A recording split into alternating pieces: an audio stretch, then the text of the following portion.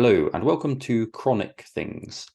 In this episode, I talk to Liz, a food intolerance dietitian who's run a successful private practice, Newtown Nutrition in Sydney, for over 20 years. In this episode, we talk about IBS and we cover the symptoms associated with IBS, such as bloating. We talk about comorbidities or other diseases that might come along with IBS. And we cover things such as inflammation, gut bacteria, links to arthritis. We talk about diet, and we talk about how diet might affect gut bacteria as well. And we cover prebiotics and probiotics, and we also touch on SIBO. I really enjoyed talking to Liz. It was quite fun, and she is a wealth of knowledge. I hope you enjoy the episode, and I hope you enjoy listening to it. Okay, so yeah, thank you for doing this, by the way. I actually do appreciate it. No problem at all. Could you No problem at all. let people know about your background? Just give them some idea of who you are and so on. Yeah, absolutely. So my name is Liz Beavis. I'm a food intolerance dietitian. I've worked in private practice helping people with all sorts of health issues for over 20 years. And a lot of that time I really focused on, or one of the areas that I found most fascinating was areas of gut issues. So things like IBS and so forth, and other types of food intolerances as well. So now I've just really focused my business on those two main areas. And I've focused my business now online so I can support people from a much wider audience. Okay. What does food intolerances mean? It's a great question. It's a really broad area, really. The way I think of it is when foods trigger symptoms, and that could be all sorts of different symptoms. So I guess one of the most common symptoms that are well known are your gut issues, your IBS types of issues. But food intolerances can also trigger a whole other range of issues. So things like eczema, migraines, for asthma for some people. For some people, it's things like brain fog and fatigue. There's a whole range of different things that ways that foods might aggravate you. And without going into too much detail about it, there's also lots of different mechanisms, I guess, and some of how foods can upset us. And some of them we understand quite well. We've got some good research around it. For example, celiac disease, we understand that's an immune response to gluten. But then there's other types of intolerances, for example, a dairy intolerance that we don't necessarily understand the mechanism to. We know that it upsets some people, but we don't necessarily understand what's happening. We don't have any blood tests specifically that correlate with the symptoms that can show us that yes, you definitely have an issue with these things. So it can be quite a complex area when we don't always have specific tests that tell you what you want to know. Okay. Is there any?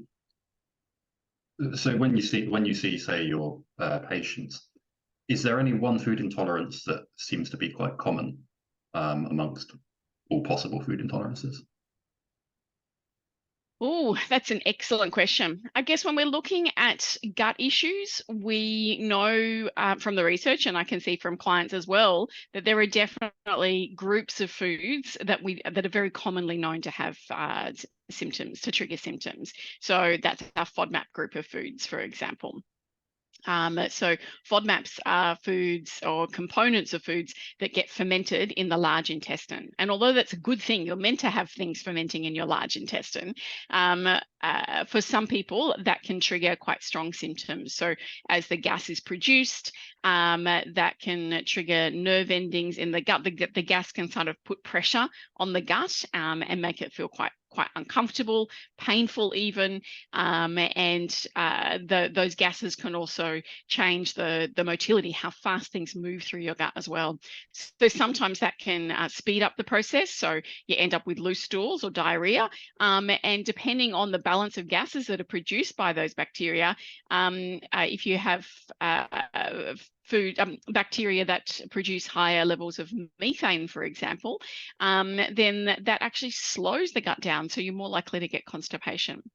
So I would say that's probably one of the more common types of intolerances that we see, the FODMAP group. we know that 3 out of 4 people with IBS, for example, do have issues with FODMAPs. Okay, so the FODMAP intolerance is tied into IBS. So. Absolutely. So, and with FODMAPs, it's very much about IBS. Whereas some of our other types of intolerances that we have less data about, we have less research around them. Some of our other types of intolerances can be a whole range of different symptoms. So FODMAPs are pretty much related just to gut symptoms. Sometimes you get some secondary symptoms elsewhere, like a headache or fatigue or so forth. But it's predominantly your gut symptoms. The FODMAPs or the gases produced are triggering the nerves in the gut, whereas our something like dairy intolerance, it absolutely could be similar types of gut symptoms, but it also could be eczema or fatigue or something else, and that's where we don't understand what the mechanism is for those sorts of things. Okay, yeah, I didn't actually realize that IBS was linked to the gas and the effect it has on the neurons within the gut. So before we go any further, could you sort of just explain what IBS is? Absolutely. So the term IBS, or irritable bowel syndrome, is a diagnosis. It's a medical diagnosis, but it's kind of what we call a diagnosis of exclusion.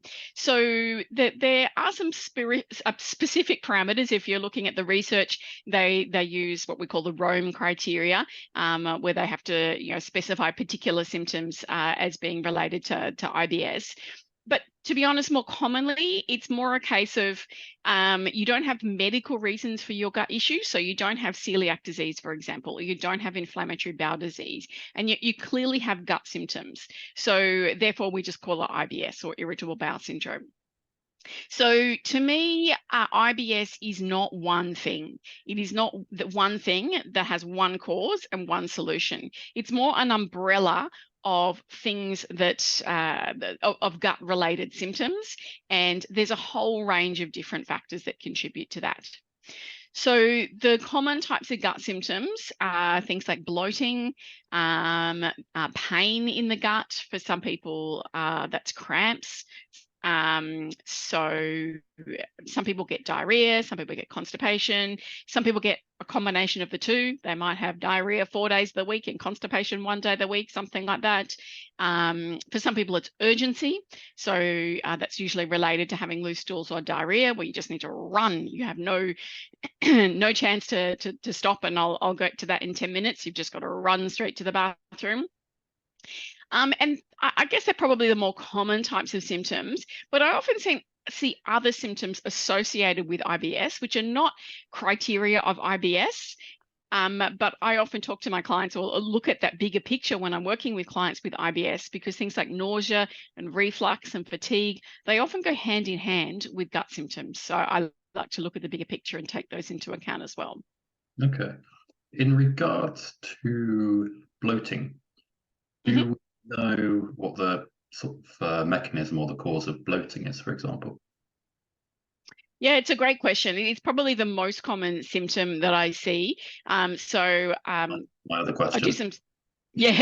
So I do some stats on what symptoms my clients have before they come to see me, and 80% of my clients experience bloating either every day or most days of the week. So it's the most common symptom, and I guess the intensity of that varies quite a lot as well. For some people, it's just mild. For some people, it's very painful. So my understanding of what's happening with the bloating is sometimes it's about the gas. Sometimes there's actual distension. So there's actually a change in volume, and you can see that from the outside because there's more gas being produced within the gut. And so that's putting pressure on the nerves in the gut, and that can be quite painful or uncomfortable. So that's probably the most common thing we associate with the bloating. Bloating is a very general term, and we sometimes use it to describe other sorts of symptoms. So we'll sometimes use bloating to describe what I think of as more as a fluid retention, not so much in the gut, but just around often women will notice that hormonally that they'll feel more bloated at certain times in the month, and it might be associated with fluid retention. But when we're looking at the gut, I would say gas is probably one of the most common contributors to the bloating, but also more the constipation side of things definitely contributes to bloating symptoms as well. So when you're constipated and things are not moving through the gut as effectively, as efficiently, that can cause a bit of a backlog, if you like, where your stools are kind of stuck within your gut, and that puts pressure.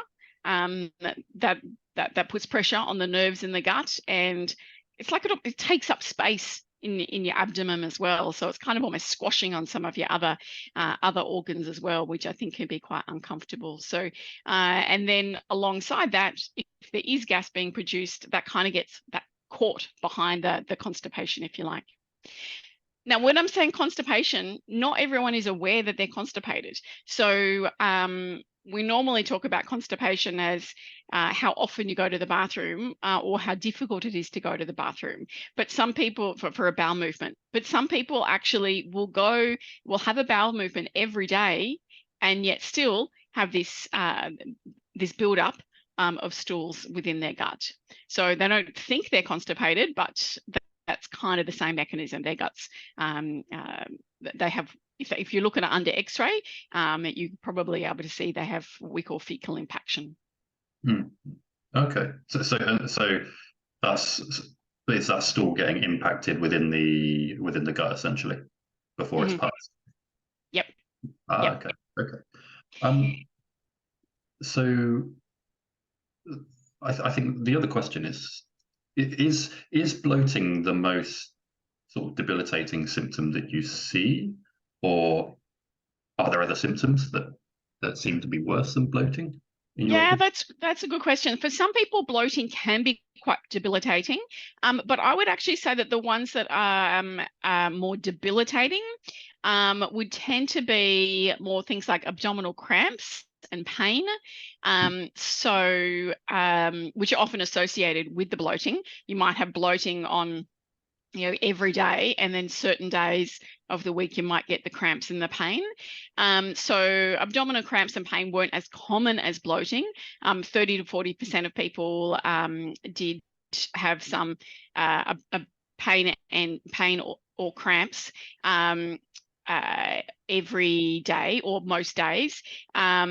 But then if you look at it, say, on average about once a week, 70% of people would experience those symptoms. So so it's less common in terms of less frequent, I guess. But I would say it's more debilitating on those particular days. The other symptom that I think is more debilitating, that really gets in the way of life, is urgency. So we need to just run to the bathroom. There's no chance to, go past go and collect $200. You've just got to go right now. So for some people, that means that they'll just miss out on social activities because if they don't know where there's a toilet available, they're just not going to step out of the house. So that really gets in the way of life. And for other people, it can even get in the way of their daily commute. I've known clients who have they knew where every station along their train trip to work, they knew which ones had a toilet, because they would need to sometimes jump off the train on their way to work, go to the toilet, jump back on the next train. So with that urgency, you just don't know when it might catch you. So I would say that's kind of some of the most debilitating. Okay. Also, I think, does IBS ever seem to come with other conditions? So other diseases that appear to tag along for the ride? Yeah, absolutely. So as I mentioned before, there are some symptoms that are often associated or correlated, or at least go hand in hand. So things like nausea, which can for some people be related to the bloating or other things, reflux. Fatigue's a common sort of correlating symptom, and brain fog. So what I mean by that is where It's just really hard to think. It feels like you've got a tissue or cotton wool in your brain. Can't think of words, and just really hard to string sentences together, or really hard to go about your daily business, really, because your brain's just not working effectively. So other, probably less common, but are still associated, I would say things like headaches and skin issues like eczema can go hand in hand with gut symptoms as well. Sometimes it's the same foods or intolerances that are triggering those things as well. Not always, sometimes they're different things. But there's also some other, I guess, health conditions that are not uncommonly associated with IBS that we see in the same people. I would say the most common one would actually be endometriosis. So and other gynecological issues, period pain, things like that. That would be the most common group. And we don't understand the exact mechanism of why we often see those things, two things together, but they are inflammatory conditions, and where there's inflammation for other reasons in the gut, in the whole abdomen area, the gut often gets inflamed at that time as well. So when your endometriosis flares up, for example, the IBS often flares up at the same time. So it's just inflammation in the whole area, and your gut takes that on. So I'd say that's the most common one. And other conditions, again, are inflammatory conditions, things like arthritis, chronic fatigue syndrome, fibromyalgia. They're all inflammatory types of conditions. And gut symptoms often go hand in hand with those symptoms as well. Oh, okay. I wonder whether I wonder whether there's a kind of system-wide level of inflammation that might sort of trigger things or not. I don't know whether you know that, but it's just a thought that popped into my head. Yeah, no, absolutely. And I don't think we understand the full mechanism of at the moment. So I do suspect it's partly, as I mentioned, for the endometriosis, that there's inflammation going on elsewhere. And if your gut is sensitive to that inflammation, you're more likely to trigger those symptoms as well. I do also think that some of it might even stem from the gut. So including some of those other inflammatory conditions, some of that might be coming from the gut as well. We know that certain types of gut bacteria can create more inflammation, and that can contribute to gut symptoms. But we also know the inflammatory type of gut bacteria can also contribute to things, to health issues that we don't. Some people don't get IBS when they get these types of things, but we'll get things like diabetes, and obesity is considered an inflammatory condition. And some of there's theories that some of that is coming from the gut as well. So I think. There's also research that shows that certain types of gut bacteria, there's some interesting research in arthritis, for example, where they showed that there was a particular bacteria, and quite an inflammatory gut bacteria, that was elevated in people who had arthritis. And what they also showed, which I think is the most fascinating thing, is because arthritis tends to sort of wax and wane. There are times when it's worse, and then times when it settles down a little bit, and then it gets worse again a bit further down the track. And what they actually showed was that that when it got worse, before it got worse, there was an increase in the level of those inflammatory gut bacteria before you even saw the arthritis itself getting worse. So I think we don't understand the full mechanisms of what's going on there yet, but we do know that we have enough information that, to me, says there's some correlation, there's something going on, that the gut is driving some of these other inflammatory issues. Okay, that is actually quite interesting. And one question that pops into my head is, can we change the types or the numbers of bacteria in our gut through diet? And that also leads me on to the second question, which is, before people come and see you, before you meet patients with gut issues, what kind of things do they actually try before they come to you? Yeah. Well, maybe I'll answer that question first, and then I'll come back to the other. So, so I find it really depends on the individual as to what sort of things they've tried before. So some people have made quite a lot of progress in trying lots of different things before they get to me and have already improved, a number of their symptoms. And other people find that they really struggle with that. And I think part of it comes down to some people will have quite a bit of support ahead of time, that their doctor or your friends or other people have suggested particular strategies, which a lot of people do. But I think what's different is that for some people, they'll try those strategies and they'll feel better for it, so they'll keep looking for other strategies to help them, and they're going on a bit of a positive roller coaster, if you like. Okay, that helps a little bit, I'll try something else, that helps a little bit, that helps a little bit. But because it's so variable and there are so many different factors that contribute to IBS, if the strategies that you try to start with aren't really getting you anywhere, then it's easy just to give up, or just, to be honest, to be overwhelmed with the amount of information people are throwing at you between doctors, family, friends, Dr. Google.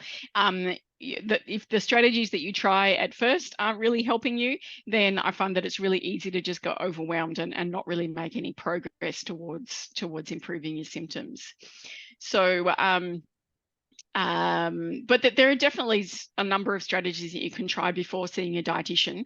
To try and take some of the overwhelm out of that, I've actually put together a little mini training, if you like, an online module that has little videos and handouts and things with 6 strategies that you can try before you see a dietitian for IBS. So just to try and take some of that overwhelm out of it and just get started with those 6 strategies. I call them the IBS foundations, because to me, they're important strategies that everyone should try.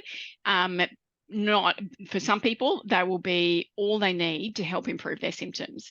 For other people, they're not enough to improve their symptoms, but they're really important foundations to get started with, so that the other strategies that you might work with your dietitian are able to work more effectively. So I'll give you the details of that. You can put in the show notes, and I'll give you a discount code for your followers as well, for anyone who's at that stage where they're just starting point and you just want to think about, what are the simple things that I can do to get started. Okay, so it's for people who are overwhelmed, essentially, and then it kind of gets them onto a sort of level playing field where they can then actually talk to someone and say, okay, I've tried this, this, this, and this, and here's where I am. Yep. Okay. Yeah, absolutely. And I can talk about that with my clients when they first come in. They don't have to have done that ahead of time, but I find that they are 6 simple strategies that you can do at home. So make the most of that, get started with that at a cheaper price point, and then we can really focus on if your symptoms haven't improved, then that's where I can help people in even more detail and take it from there. Okay. And consultation. So the other thing that I was curious about was in sort of shifting the microbiome through diet, because you said in terms of arthritis, there's a certain pathogenic bacteria that will kind of bump up and then drop, and that rise tends to be prior to, say, arthritic symptom onset. Yep. So can we actually shift our gut bacteria, for example, with diet? Yeah, absolutely, we can. So our gut microbiome, the bacteria that we have in our gut, it is individual for everyone. It's actually as individual as your fingerprint, apparently, which is fascinating. But there are common themes within that. So there are certain types of gut bacteria that we know have particular benefits within our gut. So that help to support your gut immune system, for example, or that help to they provide some of the byproducts they provide basically feed the cells of your gut. So one of the byproducts is that they can provide is a short chain fatty acid called butyrate, and that actually feeds your colonic cells. So that they have lots of important roles in terms of addressing those. So we know that there are certain bacteria that we want to have more of in our gut, or certain groups of bacteria.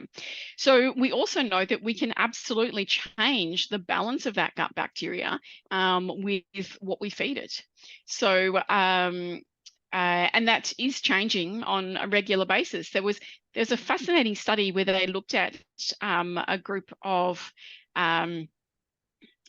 people in Africa who were still following their traditional diets and traditional cultures in the time frame that they did this study, and they actually showed that they had quite a different microbiome analysis during summer compared to winter, because their diet changed so much over that period of time, and then it would be back again in summer. So because of the different types of foods that they ate in summer, they were feeding up different types of gut bacteria, and then in winter they were feeding different types of gut bacteria. So so it is changing. It's not a set and forget, fix your gut bacteria, you're good for life. As you change your diet, it will absolutely change the gut bacteria. So what we know are that we understand what types of foods can feed the types of bacteria that we want more of, if you like.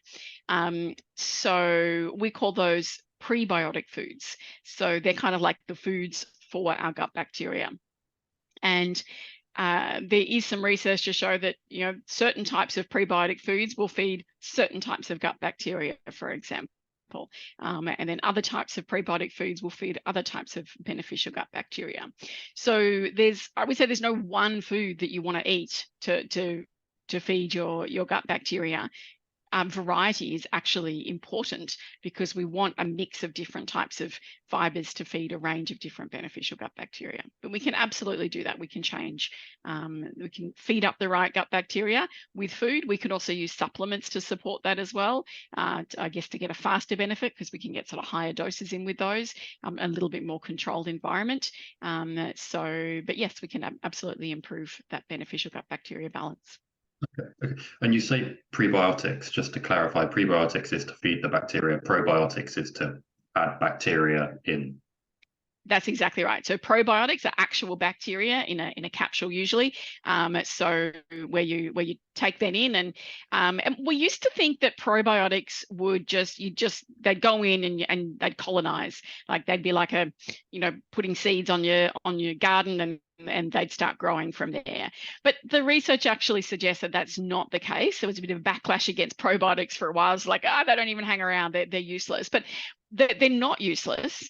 They do actually still have an important role when you take a probiotic, because if, for example, your particular gut bacteria was low in certain types of lactobacillus bacteria, and you were getting symptoms that were correlated with that, then taking a supplement that was high in lactobacillus can give you the benefits of that lactobacillus for the duration of taking that supplement. And usually for about a week afterwards. So it's a short-term solution. It can sometimes be very helpful. But at the same time, to me, it's really important that we're actually focusing on growing your lactobacillus as well. So, and that's where we use the prebiotics, because they're selectively feeding your beneficial gut bacteria. Okay. I think so. We're going to sort of tiptoe around SIBO, because this all, to me, sort of seems to have sort of implications with SIBO. Could you? Yeah. I'm happy to touch on it. It's certainly, when we're talking about bacteria so SIBO is small intestinal bacterial overgrowth, where there's bacteria growing within the small intestine. So those fermenting types of bacteria are actually growing within the small intestine. If you do have SIBO, if you have the fermenting bacteria in your small intestine, you can have all of the same symptoms as we've talked about for IBS. What's different with the small intestinal bacteria is that those bacteria are in a place where they shouldn't really be in the first place. So with that, it's actually better to try and get rid of them, rather than you can't just feed up the good ones, because we don't really even want them there in the first place. So that's a slightly different way of addressing that.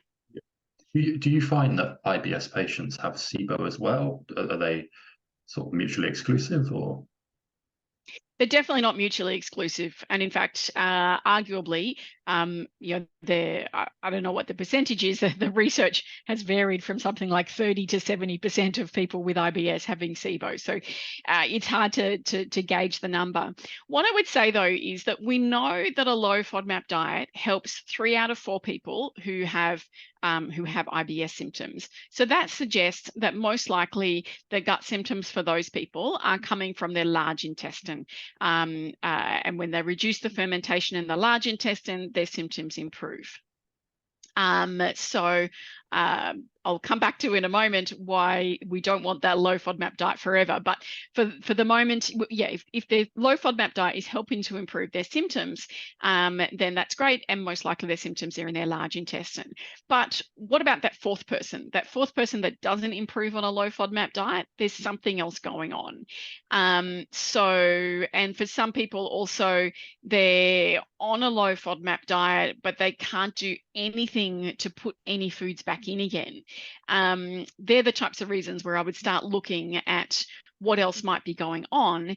And for those people, I find that's where I would do some testing to see, is SIBO one of the factors? Okay. So we can do a breath test to measure whether there's fermentation within their small intestine. And then if there is, we address that. If there isn't, we keep looking for factors, for other factors that might be contributing to symptoms to their IBS. Okay. So I would, if in those people, I would also tend to do a microbiome analysis, because that gives me more information about what's happening in their gut as well. I can see quite specifically, oh, you've got quite high levels of inflammatory type of bacteria. So we need to work on changing the balance so we can bring those bring those inflammatory gut bacteria down and get more of the other types of bacteria. So there's some bacteria that are anti-inflammatory. If you've got low levels of those, that's definitely going to be contributing to your symptoms as well.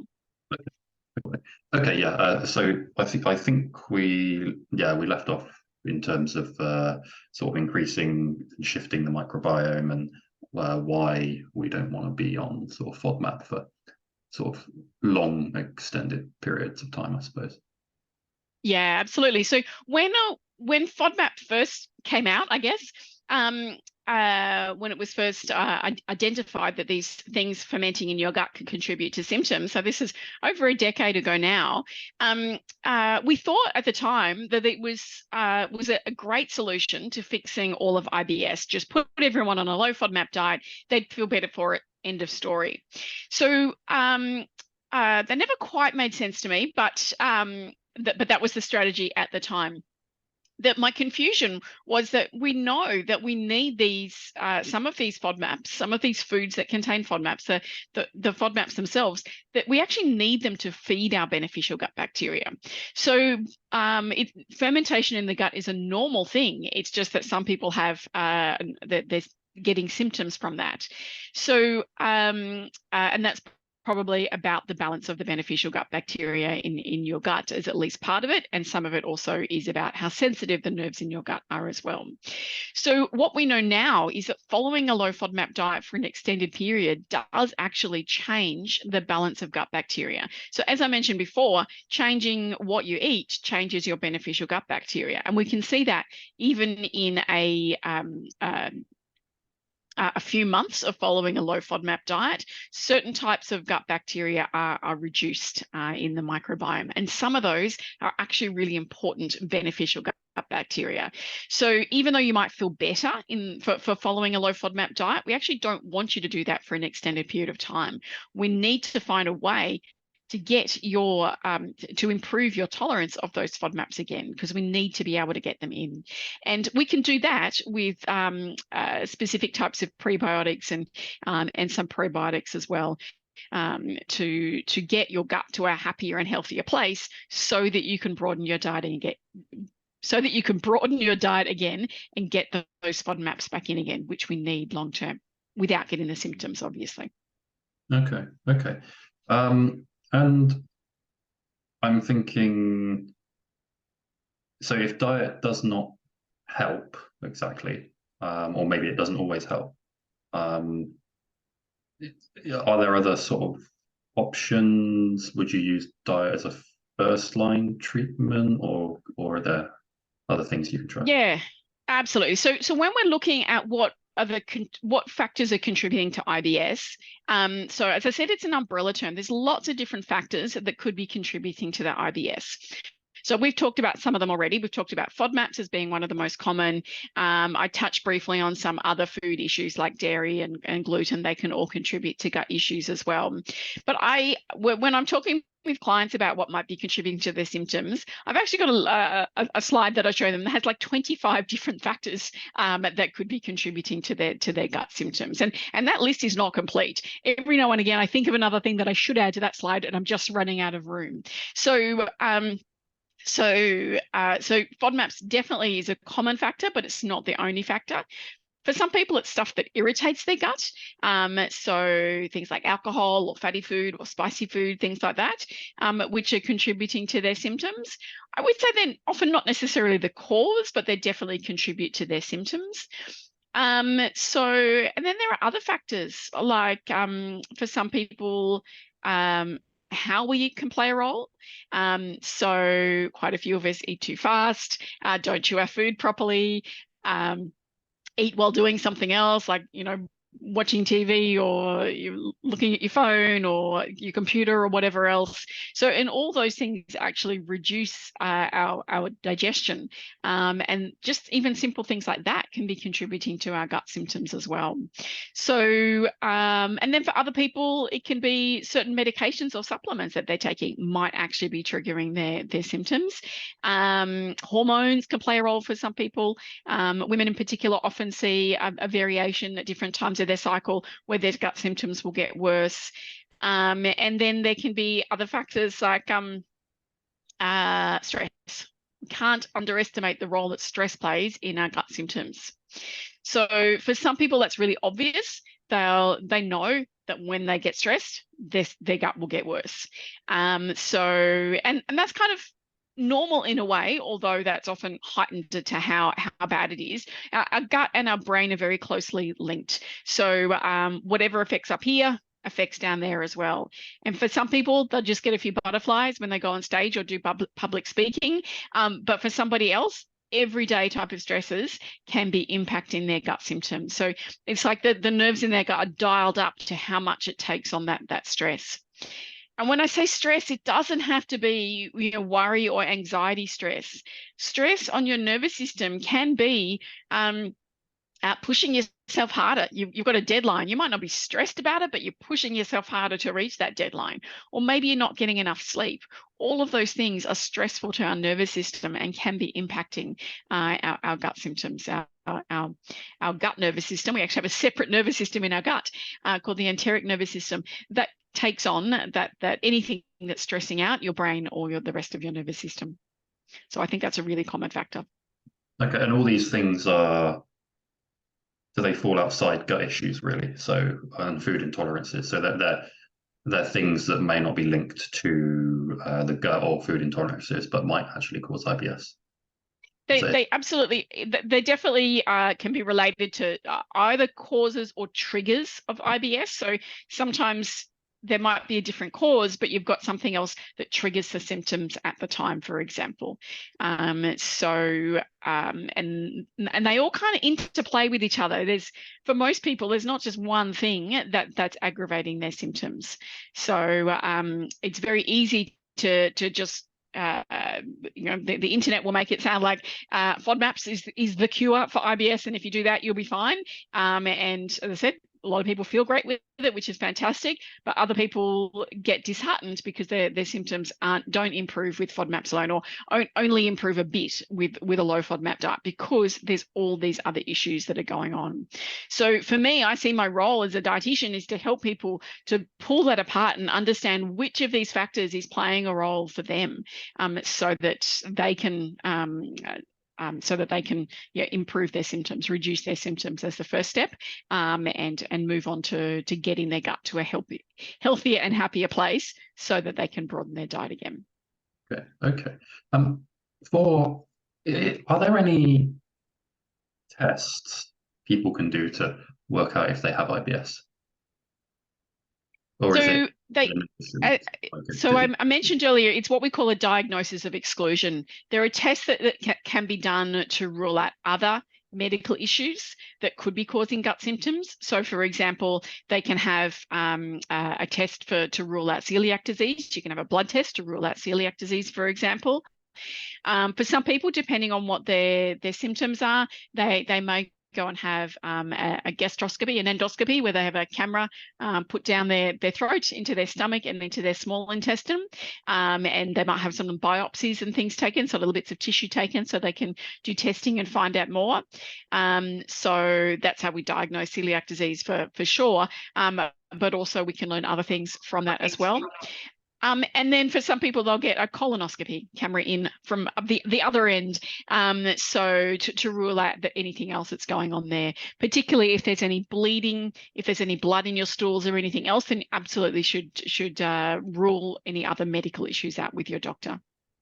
Okay. But there's no diagnostic test for IBS as such. If you've ruled out the medical issues, come back from the gastroenterologist going, no.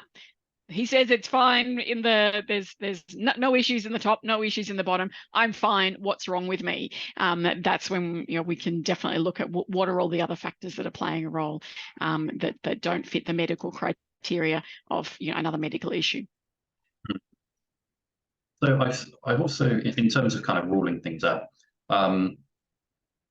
I've seen tests where you can kind of map the microbiome.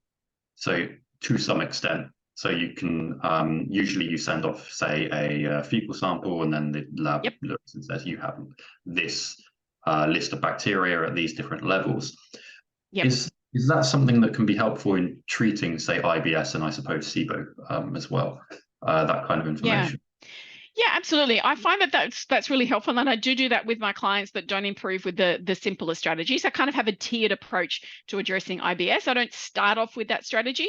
I tend to start off with, as I mentioned, the IBS foundations, the simpler strategies that you can do at home. And then if that's not enough, then we work with what I call the IBS fundamentals, which is where we start looking at dietary things like a low FODMAP diet. There are other dietary strategies that may be more relevant to the individual. So we look at those. And then if you're not getting the improvement with those strategies, that's when I go and do some further testing. And a microbiome analysis is definitely one of the strategies that I use because it does help to give me more pieces of the puzzle. So so it can tell us if there's something else going on. I didn't mention parasites. Sometimes there are parasites such as blastocystis and dientamoeba, which arguably commonly occur, so don't always cause symptoms in everybody. So we don't always treat them just because they exist in your gut, but they can also be contributing to gut symptoms. So a microbiome analysis, or the one that I do at least, also measures the parasites and gives us an idea of how much of those are in your gut. So that could be a factor. But when we're looking at the gut bacteria, yes, we can definitely see if you've got high levels of inflammatory type of gut bacteria that we may need to calm down. And we can also see with your beneficial gut bacteria which ones are struggling, so that then we can really tailor the approach when we're looking at prebiotics and so forth. We tend to use supplements when I'm addressing it, so that I can really zone in and use higher amounts of certain types of prebiotics. We can see, okay, you're low in bifidobacteria. We need to give you the types of prebiotics that will selectively feed the bifidobacteria.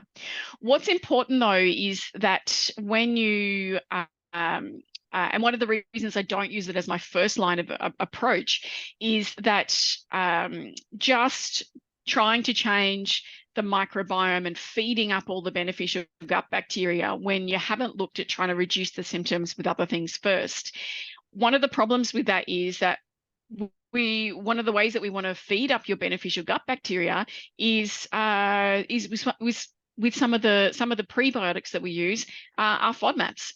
So I know a number of people who have tried to fix their IBS by going on a good gut health diet, which is full of prebiotic foods and maybe some supplements as well. And then they're actually in worse situation because their gut symptoms are worse, that the FODMAPs are just making their gut symptoms worse. So so I like to make sure we've addressed the other things first and start with prebiotics that are not high in FODMAPs. And then slowly, as we increase the tolerance, we can start adding those FODMAP prebiotics in there as well, which are essential.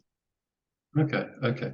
And so it sounds like any prebiotics you do start taking have to be low in FODMAPs initially. I normally start with the low FODMAP ones if there's any FODMAP issues. Yep.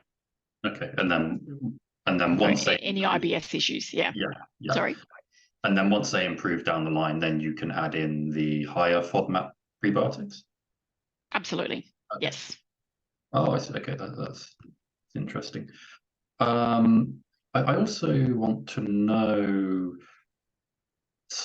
are there any commonalities between patients who improve their IBS compared to people who do not, just out of interest?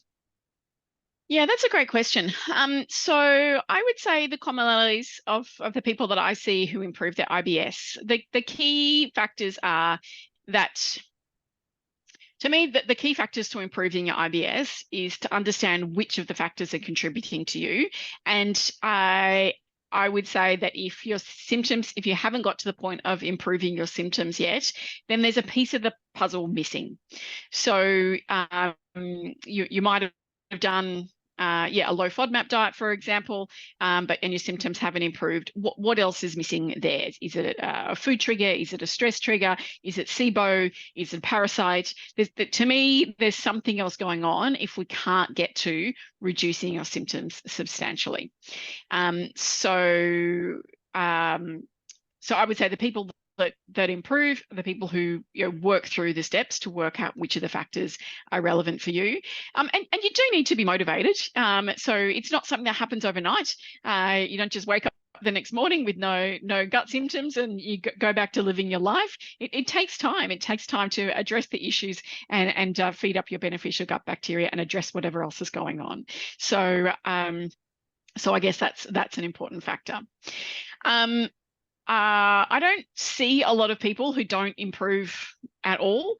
In fact, I can't think of anyone who hasn't improved at all. But I know that they exist out there. I know that there are people who have gut symptoms and haven't improved. And most of them have tried various things. And that's where I'd say, if you've still got gut symptoms, you need to find out that missing piece of the puzzle.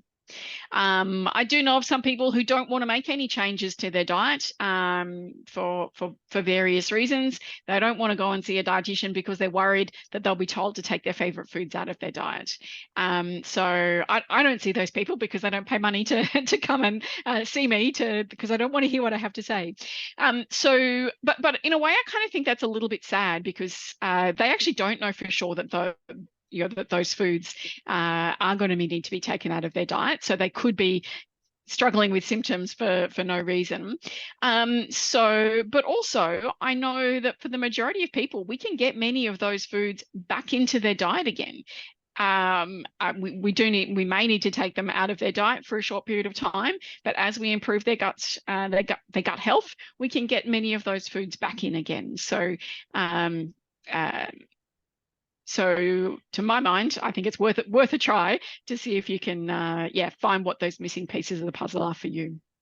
So temporarily give up your favorite foods to improve your symptoms and then add them back in at a later date. Really.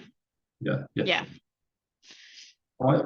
So are there any specific foods which really have a profound effect on IBS, or is it more so a case of having to go through this process and work out I do find it's very individual. If we were to choose like one food group, I'd say the FODMAPs. That's the most common food group that's going to play a role. And so some examples of that are things like garlic and onions. They're probably some of the most common foods that people know make their gut symptoms worse.